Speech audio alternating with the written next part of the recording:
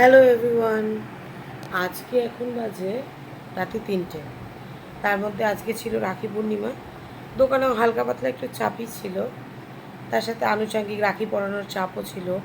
যাই হোক, লাস্ট রাখি 12:30টার সময় পড়াতে পেরেছি, কারণ সবাই আমার অবস্থা জানে।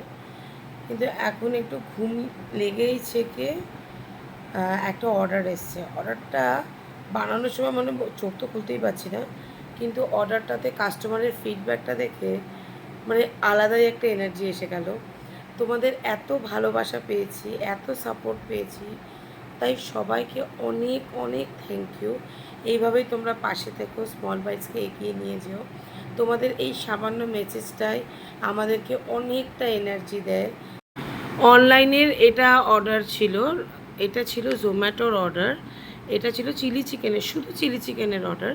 আর কাস্টমারের এটা রিপিট অর্ডার, সেটা তো কাস্টমারের ফিডব্যাক দেখলেই বোঝা যায়। কাস্টমার এখানে লিখেছে আগের দিনেরটা ভালো ছিল, তাই আবার অর্ডার করেছি। এটা দেখার পর সত্যি একটা আলাদা এনার্জি পাই।